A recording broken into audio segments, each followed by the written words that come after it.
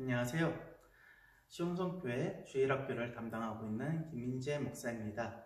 오늘은 역대기에 관해서 강의를 해볼 시간을 갖겠습니다.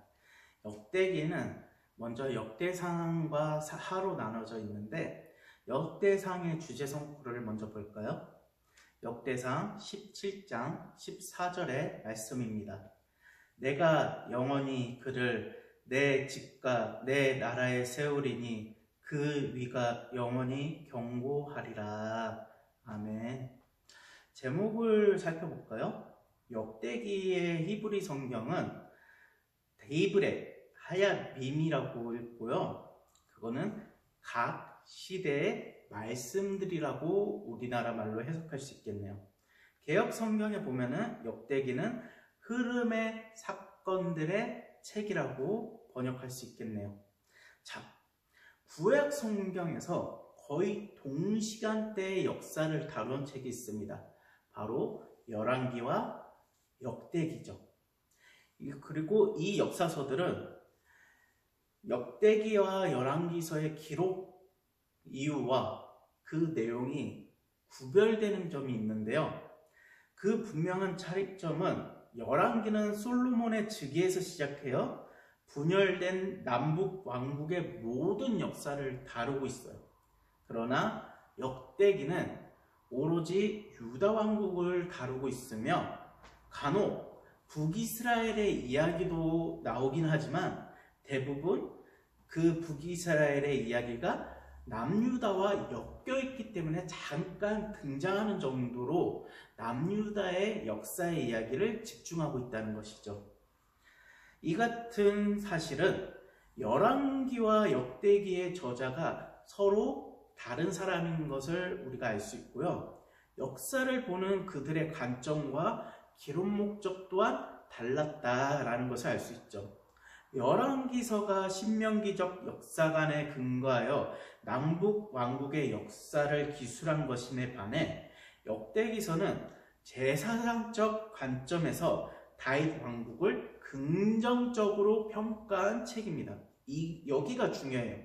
열왕기서는 있는 역사적 사실을 그대로 다루면서 왕들의 단점과 그들의 실수와 그들의 죄에 대해서도 상세히 다룬 반면에 역대기의 특징 중 하나가 바로 긍정적인 면만 표현을 했다는 것이죠. 그러므로 역대기는 열왕기서에 비해 그 내용이 한정적이며 다양한 내용을 내포하고 있지는 않아요. 그러나 우리가 중요한 사실은 역대서가 성전으로 중심으로 한 여호와의 신앙과 관련하여 하나님을 향한 진실한 삶이 어떠한 삶인 것인가를 가르쳐주고 있다는 것이죠.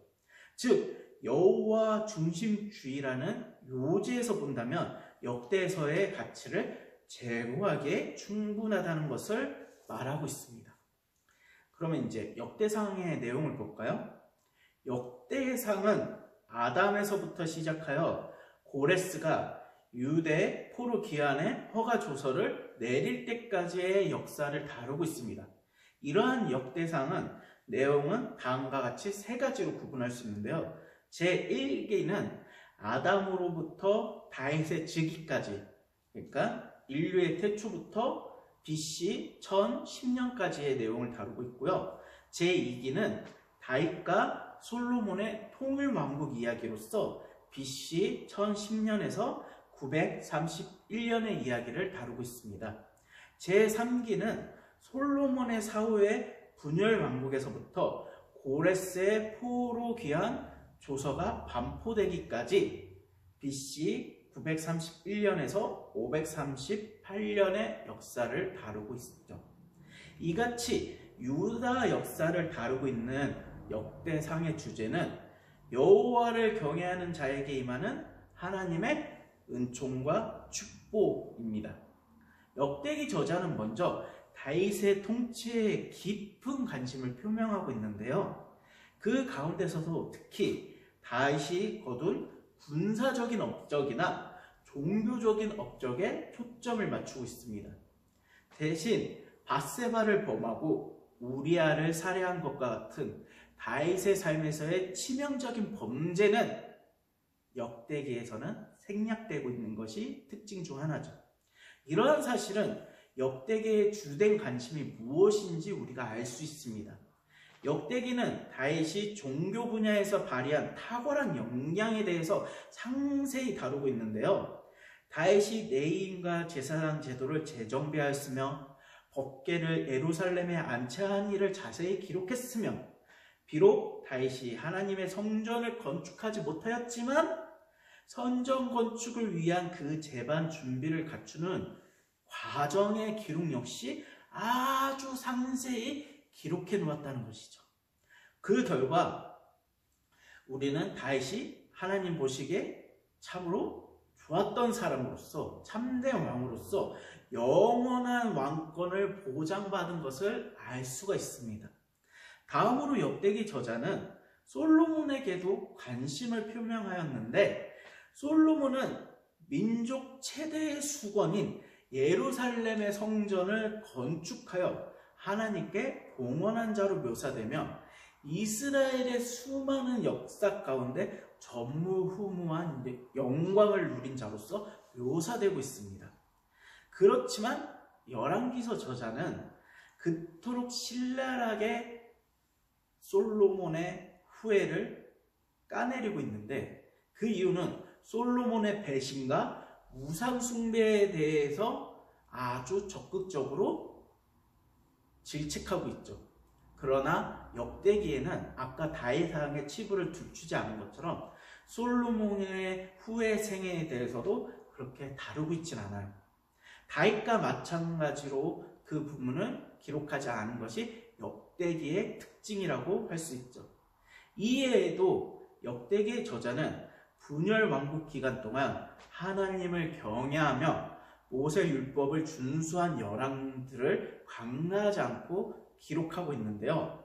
역대기 저자가 이 기 가운데서도 유대를 위해서 수호하며 여호와를 경외하고 그 신앙을 전수하기 위해 기울였던 여러 왕들의 노력을 주목하고 있다는 것을 우리가 잘 알아야 된다는 것이죠. 이에는 레위인과 제사장들의 역할도 지대했으며, 그들이 모세의 가르침을 따라 적극적으로 여호와 신앙을 보존하고 이를 증진시키는데 진심전력한다는 것을 역대기서를 통해 알 수 있습니다.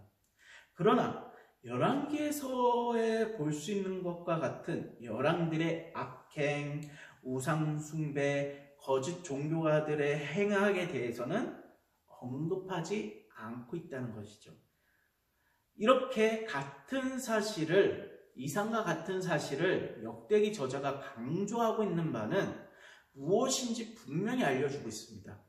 그것은 곧 하나님을 두려워하고 그를 경외하는 자만이 하나님의 은총과 축복을 기대할 수 있다는 점을 강조한다는 것이죠. 자, 다음으로는 역대기의 기록 목적을 한번 살펴볼까요? 역대기의 기록 목적은 열왕기서와는 구별되고 있어요. 열왕기서는 선지자적인 입장에서 하나님께 대한 선민, 이스라엘의 순종을 교훈하기 위한 역사를 서술했어요. 그렇기 때문에 왕들의 죄와 민낯을 낱낱이 고해갖고 그들이 어떻게 해서 벌을 받았고 어떻게 해서 축복을 받았는지 다 다루고 있죠. 그러나 역대기는 제사장적 입장에서 신정체제를 재건을 촉구하기 위해 기록을 했다는 것이죠. 이것을 잘 살펴봐야 되는데, 역대기 저자가 여러 왕들의 사생활에 대해서 언급을 회피하고 대신 창세기에서 열왕기까지의 역사와 편행을 이루면서 민족과 여호와 종교의 순수성을 수호하고자 역대 족보를 상세히 기록하고 있다는 것이죠. 또한 제사장직과 제사 제도를 보존하고자 모세의 율법과 성전, 그리고 네 지파와 성전 찬양대 등을 강조하고 있다는 것을 우리가 알 수 있어요. 이처럼 역대기가 제사장직을 강조한 점은 역대기가 열왕기와는 달리 예언서편에 들어있지 않고 성문서편에 들어있는 들어있는 이유라는 것이죠. 그리고 유다의 흥망사를 다루고 있는 역대기가 그 역사를 긍정적으로 기술하고 있는 이유도 짐작해야 한다는 것이에요. 역대기 저자는 여호와를 경외하였던 열왕들의 영광을 부각시킴으로써 유대인들에게 다시금 하나님이 다스리던 나라, 신정체제에 대한 기대와 새로운 희망을 불어넣어 주려는 것이 기록 목적이라는 것이죠. 자, 여기까지 역대상의 이야기였고요. 역대하의 강해를 바로 이어서 시작하도록 하겠습니다. 역대하의 주제 성구를 같이 읽어볼까요? 역대하의 주제 성구는 역대하 7장 14절 말씀입니다. 내 이름으로 일컫는 내 백성이 그 악한 길에서 떠나 스스로 겸비하고 기도하며 내 얼굴을 구하면 내가 하늘에서 듣고 그 죄를 사하고 그 땅을 고칠지라. 아멘.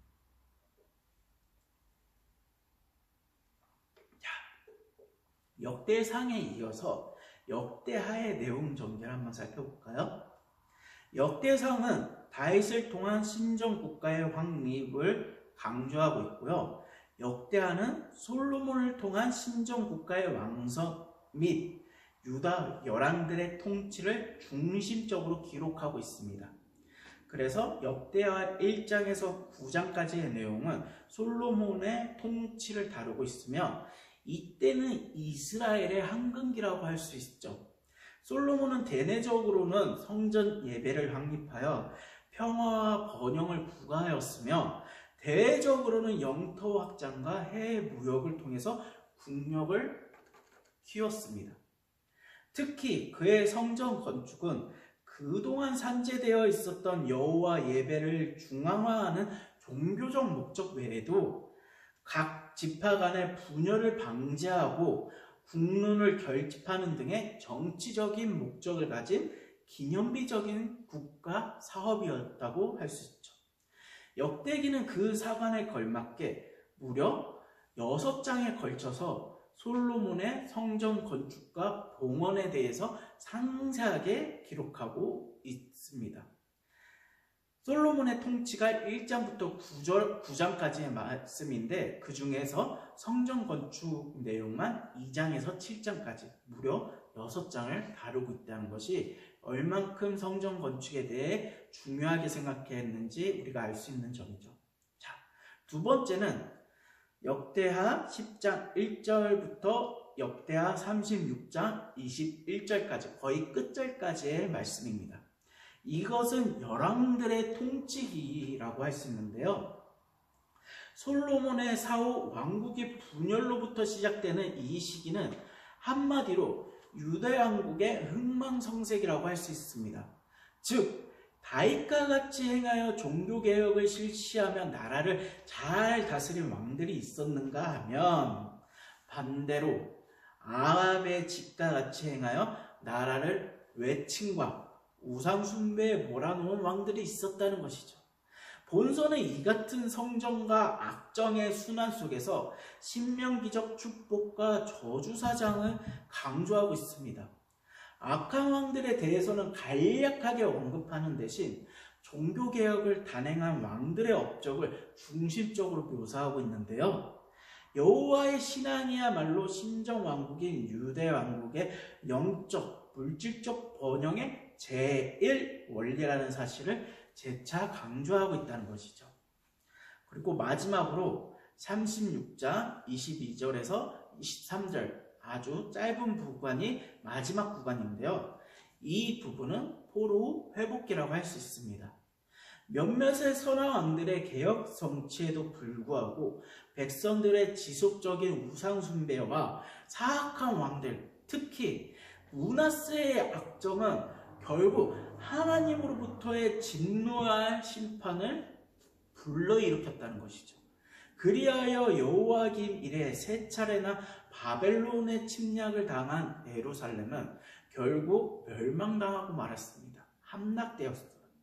그러나 역대기는 바벨론의 포로 귀환을 허락한 고레스의 조서를 소개함으로써 그 내용을 끝맺고 있는데요. 이를 해석하면은 남은 자와 메시아에 대한 소망을 제시해주고 있음을 우리가 알 수 있습니다.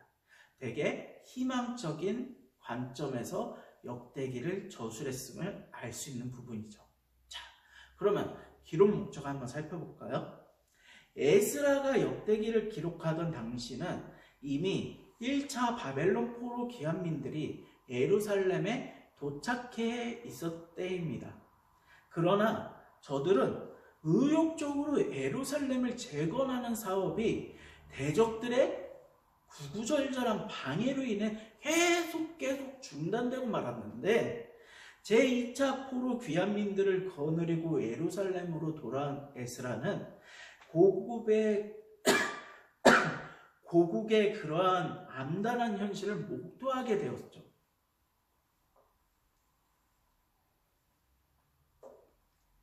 이에 에스라는 그 같은 백성들에게 신정사회 재건을 촉구할 필요성을 느꼈어요. 하나님 중심으로 돌아가야 할 필요성을 느꼈다는 것이죠. 그와 더불어 신정체제에 대한 새로운 기대와 희망을 불어넣음으로써 하나님의 나라에 대한 그리움을, 희망을 키우기 위해 에스라를 저술했다는 것이죠. 역대기도 이거와 아주 똑같은 방식의 저술 목적을 갖고 있습니다. 역대기는 지난날의 유다 왕국의 역사를 재조명하면서 백성들에게 하나님이 다스리던 옛 왕국의 그리움과 영광과 희망을 촉구하기 위해 저술됐다는 것이죠. 자, 그러면 역대기와 그리스도의 관계를 한번 살펴볼까요? 솔로몬은 신정국가를 완성시킨 왕으로서 특별히 하나님과 함께한 인물로 묘사되고 있습니다. 역대기는 11개에 기록되어 있는 것과 같은 솔로몬의 사생활이나 제약 등을 생략한 채 솔로몬을 거의 완전한 선민의 지도자로서 묘사하고 있는데요. 이는 솔로몬이 많은 약점을 지닌 인간임에도 불구하고 그리스도를 예표하는 인물로서 세움받은 인물이었기 때문에 그의 약점이나 제약을 숨겼다는 것이죠. 역대기에 나타난 솔로몬의 생애는 마치 성전 건축만을 위한 삶이었던 것처럼 보여지고 있습니다. 실상 솔로몬에 대한 기록 중 성전 건축의 기사가 거의 대부분을 차지한다는 것을 보아서 잘 알 수 있는 부분이죠. 그런데 그 같은 성전 건축은 그리스도의 구속 사역을 예표한다는 점에서 중요한 의미를 가지고 있다는 것이죠.